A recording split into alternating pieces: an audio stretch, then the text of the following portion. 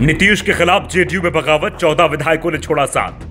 BJP के भी विधायक लालू के खेमे में जाने को तैयार। 12 फरवरी को विधानसभा में बहुमत साबित नहीं कर पाएंगे नीतीश कुमार।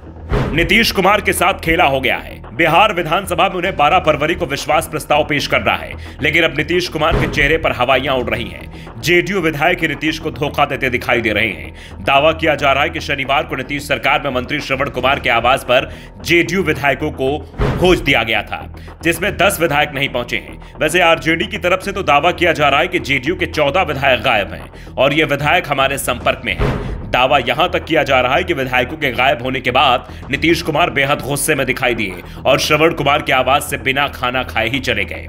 उनके दिल्ली में बीजेपी हाईकमान से भी बात करने की खबरें आ रही हैं। कहा जा रहा है कि नीतीश कुमार ने अब केंद्र से इस मामले में सीधे मदद मांगी है, तो दूसरी ओर बीजेपी खुद भी मुश्किल में दिखाई दे रही है। बोधगया में उसने अपने विधायकों को जोड़ा है, लेकिन संख्या यहां भी कम दिखाई दे रही है। बीजेपी के कई विधायक बोधगया नहीं पहुंचे हैं, पार्टी के संपर्क में भी नहीं बताए जा रहे हैं। इसके बाद से ही दिल्ली से लेकर पटना तक हड़कंप मचा हुआ है। एक तरफ एनडीए के विधायक खिसकते दिखाई दे रहे हैं, तो दूसरी ओर आरजेडी ने अपने सभी विधायकों को एकजुट कर लिया है।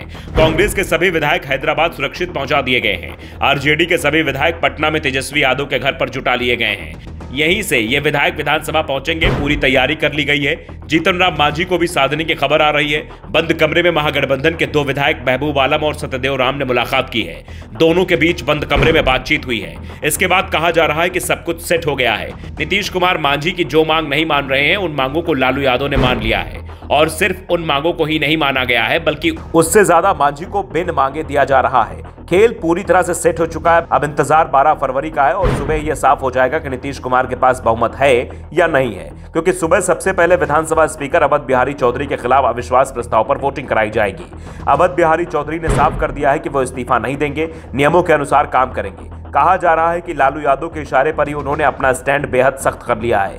अवध बिहारी इस्तीफा नहीं देने की बात पर अड़ते हैं, तो फिर नीतीश कुमार के साथ खेला स्पीकर के खिलाफ अविश्वास प्रस्ताव की वोटिंग में ही हो जाएगा। अगर स्पीकर के खिलाफ पेश होने वाले अविश्वास प्रस्ताव में जेडीयू के विधायक अनुपस्थित रहे या फिर क्रॉस वोटिंग की गई, तो फिर नीतीश कुमार बहुमत साबित नहीं कर पाएंगे। इसके लिए जरूरी है कि करीब जेडीयू के आधा दर्जन से ज्यादा विधायक क्रॉस वोटिंग करें या फिर 12 विधायक सदन से गैर हाजिर हो जाएं। खेल में सबसे महत्वपूर्ण रोल जीतन राम मांझी का भी है। मांझी भले ही नरेंद्र मोदी के नाम पर एनडीए के साथ रहने की बातें कह रहे हो, लेकिन कहा जा रहा है कि उन्होंने महागठबंधन को भी इशारा दे दिया है कि अगर वो जेडीयू के 4 विधायक भी तोड़ने में कामयाब हो जाते हैं, तो मांझी भी एनडीए की नाव छोड़कर महागठबंधन की नाव संभालने के लिए तैयार है। साफ है, तेजस्वी का वो दावा अब सच साबित होते हुए दिखाई दे रहा है, जिसमें उन्होंने कहा था कि बिहार में खेला होगा, नीतीश कुमार सीएम नहीं रहेंगे और जेडीयू इसी साल समाप्त हो जाएगी। जेडीयू अब सिर्फ सत्ता की पार्टी बची है और जिस दिन नीतीश कुमार के हाथ से सत्ता जाएगी, उसी दिन जेडीयू की उल्टी गिनती भी शुरू हो जाएगी।